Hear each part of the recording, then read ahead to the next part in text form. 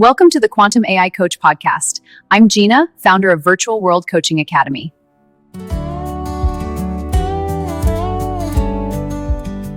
We're incredibly excited to have you with us today because we're exploring something that I honestly think is going to fundamentally shift how you view your own work. Yeah, it really is a complete paradigm shift. Totally. It's going to change how you price your services and, quite frankly, how you understand your own biology. Yeah. We've got a fascinating stack of research today tackling what's called the good person trap. Which is just such a perfect name for it, honestly. It really is. And we're going to delve deeply into the real monetary value of moral sovereignty.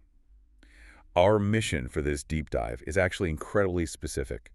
We want to help you decouple your moral worth from your bank account. Right, which is so much harder than it sounds. Oh, absolutely. Yeah. And we're going to do that by examining the exact neurobiological mechanisms, the literal brain wiring that hold high achievers back from their true earning potential. So if you've ever felt this overwhelming urge to, over-deliver just to justify your prices. Or if you feel like charging what your absolute mastery is worth somehow makes you greedy or like it compromises your integrity, pull up a chair. Yes, exactly. This is exactly where you need to be. And I think it's so important to start by validating that exact feeling. If you're listening right now and you know that familiar wave of guilt when you even think about raising your rates, you aren't broken. No, not at all. You aren't bad at business. It's so incredibly easy to internalize those feelings and assume there's a flaw in your character or that you just don't have the entrepreneurial grit. Right, you think you're just not cut out for it. Exactly. But what the research we're looking at today reveals is that this isn't a mindset issue at all. It's actually a fascinating, highly evolved biological safety mechanism. Your nervous system is simply doing exactly what it was designed to do. It's trying to protect you. Yes, it's protecting you based on deeply ingrained old programming. You're hitting a neurobiological capacity limit, not a character flaw. Okay, let's unpack this, because I think everyone has felt that at some point, right? We've all constructed these invisible barriers.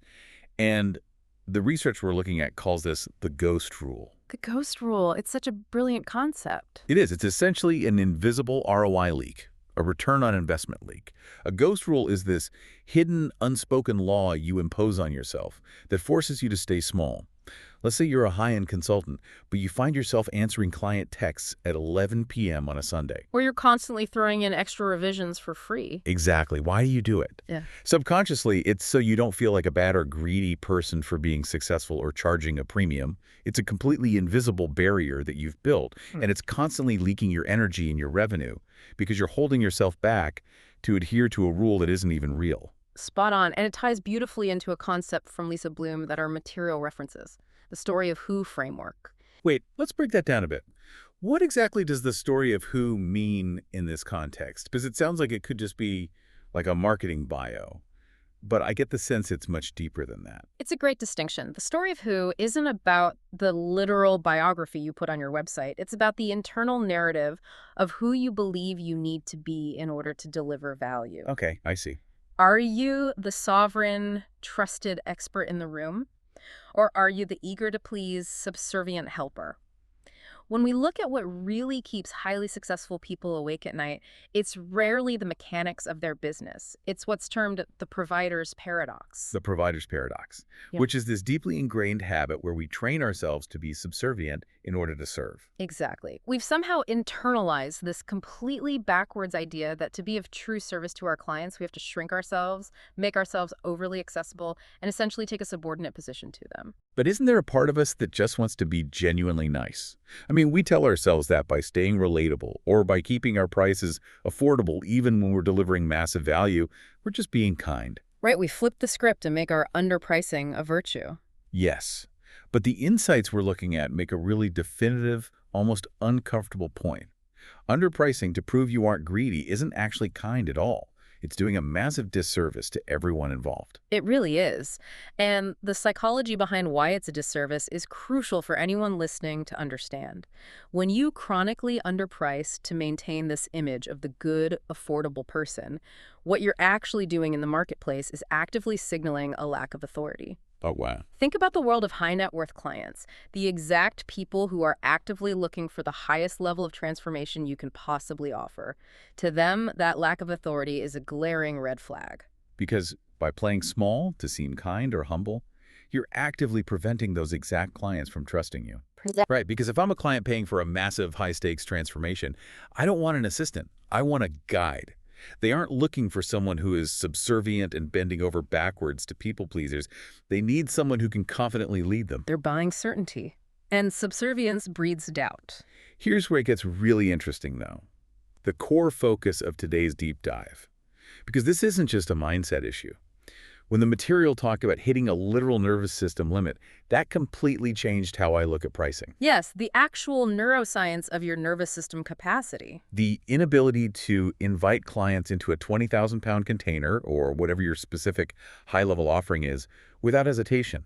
It's your biology literally hitting the brakes on you. That is the absolute core of it. We have to look at the neurobiological framework driving this behavior. Over the course of your life, your brain has unconsciously linked two completely unrelated concepts together. Humility and safety. Yes. It has linked the concept of humility with safety. And conversely, it has linked wealth or expansion with threat. Your nervous system's primary overriding job is your survival. So if it genuinely believes that acquiring wealth or standing firmly in your full authority makes you unsafe, Or makes you a target. exactly, then it will brilliantly, efficiently, and systematically sabotage your efforts to grow. I have to challenge that a little bit, though. Because on a conscious level, everyone wants to be wealthy, right? People play the lottery every day. Yeah. How does the brain justify desperately wanting financial freedom, but simultaneously treating a high-ticket client as if they're a literal lion in the bushes? It's such a brilliant contradiction, isn't it? Consciously, you want the money. But subconsciously, your primitive brain is entirely focused on tribal belonging. Right. For tens of thousands of years, standing out from the tribe, hoarding resources, or elevating yourself above your peers meant you might be exiled. And in the wild, exile meant death. So your nervous system associates outshining your community as a profound risk of being cast out. Exactly. More money often means more visibility, more expectations, and a disruption of your social dynamics. To your amygdala, that is a life-threatening danger. That makes so much sense. And it explains why we cling to humility so fiercely. But there's a radical idea presented here about how we view humility. What you might proudly think of as being humble is actually what's called an invalidation. Yes, a neurobiological capacity limit masquerading as a virtue. You think you're just being a grounded, down-to-earth person, but your nervous system is actually just putting a hard ceiling on your capacity to hold space for wealth and authority. And the real danger of that specific invalidation is how incredibly righteous it feels. When a biological capacity limit masquerades as a virtue like humility, it becomes notoriously difficult to dismantle. Because you feel morally justified in staying small. Exactly. You're being rewarded internally for not rocking the boat, for not being the greedy one. All while your nervous system sighs in relief because it successfully avoided what it perceived as a threat. You get to feel like a saint while your business stagnates. To really ground this neuroscience in reality, there's an incredibly powerful, relatable anecdote we need to look at from the text. It's the kind of depth and vulnerability story that people rarely share because it exposes our rawest insecurities. The rich friend case study. Yes. The scenario is simple. You're just spending time with a friend.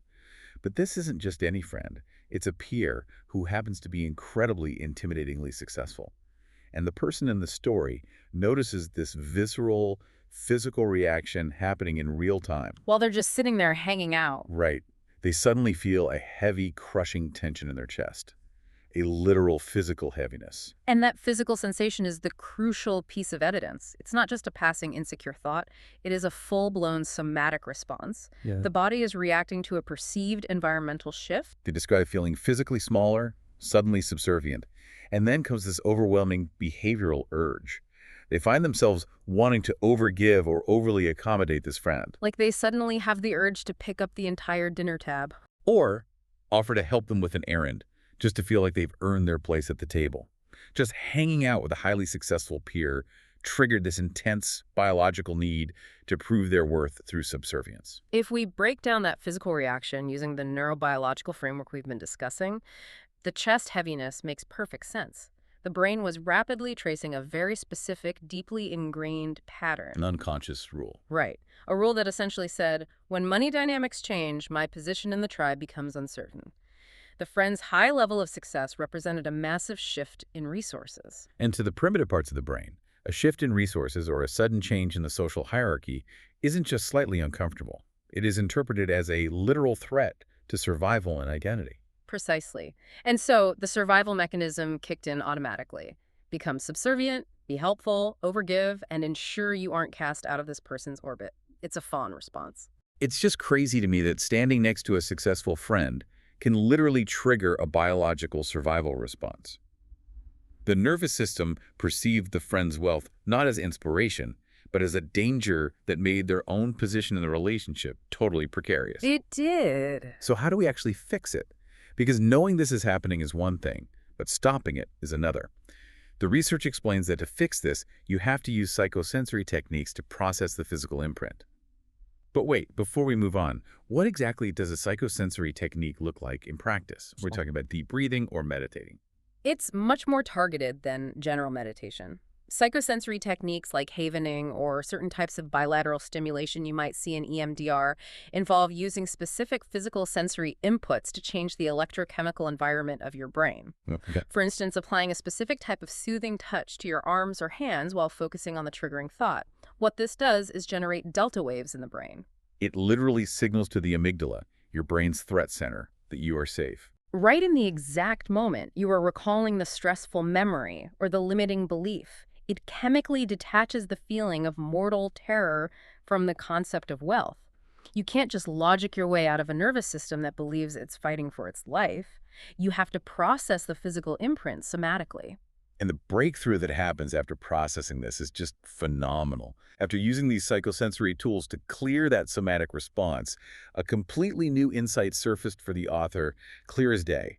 I don't need to be subservient to serve. And the moment that profound realization landed, the physical tension just vanished. That heavy, shrinking feeling in the chest disappeared. They realized they could be relational, they could be a great friend, they could be respected, and they could be entirely sovereign all at the exact same time. That is the exact moment of capacity expansion. When those old emotional and biological patterns are finally resolved, wealth and success literally stop feeling threatening to your body. They become something you can actually hold in your nervous system. Yes, without feeling like you're losing your sense of self or risking your community. If your brain associates wealth with a loss of identity, you'll always subtly resist your own expansion.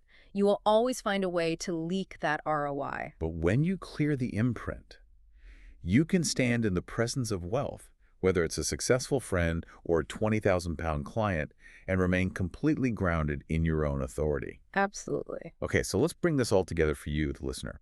How do we take this incredibly deep neuroscience and apply it directly to your business tomorrow? How do you use this to invite high net worth clients into your world without a single flicker of hesitation or that urge to discount your rates? It all comes down to a concept called the elite mirror. We touched on the psychology of this earlier, but it is the fundamental shift in how you must view your market. High net worth individuals, your absolute elite clients, are not looking for a subservient provider. They aren't looking for someone who is desperately trying to prove that they're a good person by over-delivering and undercharging. When they look at you, they want to see a reflection of high-level capability. They want an elite mirror. Exactly. They are looking for a sovereign authority to hold space for their massive growth. And stepping into that sovereign authority requires a biological alignment. The research connects this to a field called neurocardiology. Now, neurocardiology sounds incredibly sci-fi. What is that actually measuring? It sounds futuristic, but it's a very real, heavily researched field studying the communication between the heart and the brain. It measures things like heart rate variability and the electromagnetic field produced by the human heart. The core finding here is about coherence. Heart-brain coherence. Right. When your heart and your brain are in a state of coherence, meaning your external actions, like your pricing, your boundaries, and your marketing, perfectly match your internal identity and your nervous system state, you project an inarguable authority. So it turns out there's a biological reason for why some people just command a room the second they walk in. When your internal identity matches your external boundaries, you project a literal frequency of authority. It's not just about having good posture or using confident words on a sales call. Exactly. This is perhaps the most crucial takeaway regarding how humans perceive each other. We're essentially walking tuning forks. Walking tuning forks. I love that. We co-regulate with each other. If you are anxious about your pricing, if you feel guilty, quoting a high number, the client's nervous system physically feels that subtle anxiety and interprets it as, oh, this service is risky, this person isn't sure. But when you are entirely congruent, when you've cleared the biological belief that your prices make you a bad person, your clients feel that profound safety and certainty. That is the biological secret to closing five-figure deals effortlessly. You aren't triggering their threat response with your own internal conflict. And that leads perfectly into what's referred to as quantum ROI. Operating from this place of moral sovereignty gives you what they call decision velocity. Decision velocity is life-changing. It means you stop agonizing over every single choice. Think of how many hours are wasted drafting and redrafting an email with a price, quote, wondering if you sound too greedy. You stop asking for permission to be powerful. And you fundamentally shift how you base your value. Yes, you start basing it on the hours you exchange, which is that old subservient provider model, and you base it purely on your lived mastery. You detach your value from your time. That is the quantum ROI. The mental load that lifts when you achieve decision velocity is staggering. You're no longer wasting your precious cognitive energy negotiating with your own nervous system. You aren't losing days to the ghost rule. You act swiftly, cleanly, and with absolute certainty because your moral worth and your bank account have finally been successfully decoupled. We've covered some immense ground today, moving all the way from the invisible ghost rules that keep us playing small, deep into the neurobiology of wealth, and finally to the neurocardiology of projecting inarguable authority. The journey from subservience to true sovereignty is profound. So we want to leave you with a very specific, practical challenge based on everything we've unpacked today. A mission for you. Exactly.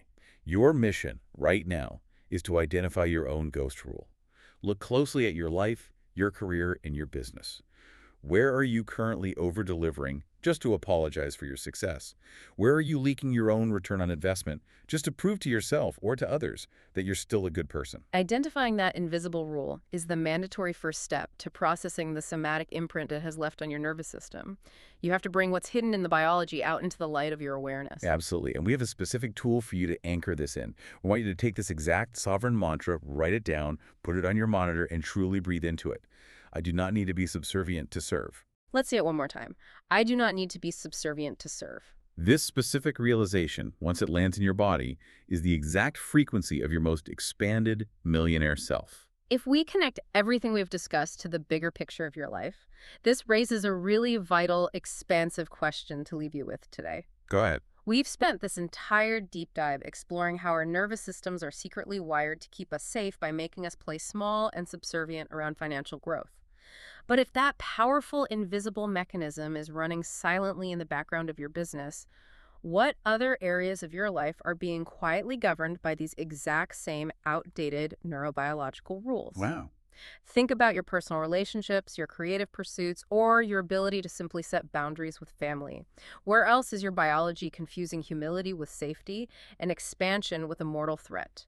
And more importantly, what profound, breathtaking shifts would occur across your entire life if you finally did the work to rewrite those rules? That is such a powerful, paradigm-shifting thought to end on.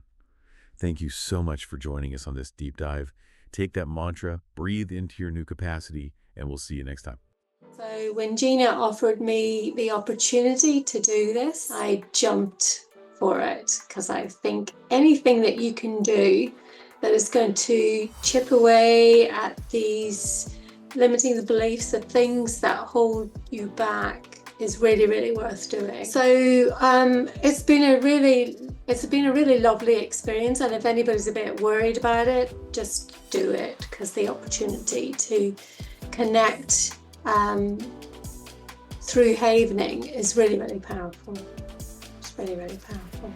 But really helpful, I think, in terms of having that kind of guided process just to kind of let the ideas and the feelings and the images flow, and then try and work out what it actually means afterwards, and to come up with, and it made intuitive sense. It's really, really helpful to then kind of have that debrief of, okay, what can we actually do with this stuff? Because that's where we tend to get stuck, is kind of like coming out of it going, oh, this is all some really interesting ideas and thoughts and feelings and images. But yeah, then, you know, how can we actually harness them to do something different? And I think that's been really, really helpful in terms of clarifying really what I need to prioritize to go forward in a way that will deal with some of that stuff that came up. I would like to point out that I'm actually a therapist myself, and sometimes therapists also need a therapist. So I was really stuck, and then one day a friend posted a link for Gina's wealth and money attracting short course, and I went, this sounds great, I'm just gonna book it. And I loved it so much. I really had an epiphany on that course, and it was only meant to be a demonstration, and yet it was really, it just opened up possibilities that I was stuck before, and now like, ooh, I can use this to unstuck myself. I'm a great believer that when the student is ready, the teacher appears. And you appeared at the right time. That's all there is to it. So, if anybody is watching this video, it means Gina has appeared in your life. So please give it a try. She walks where the sky meets the sea, a calm in the chaos, wild and free. Light wraps around her soul. She's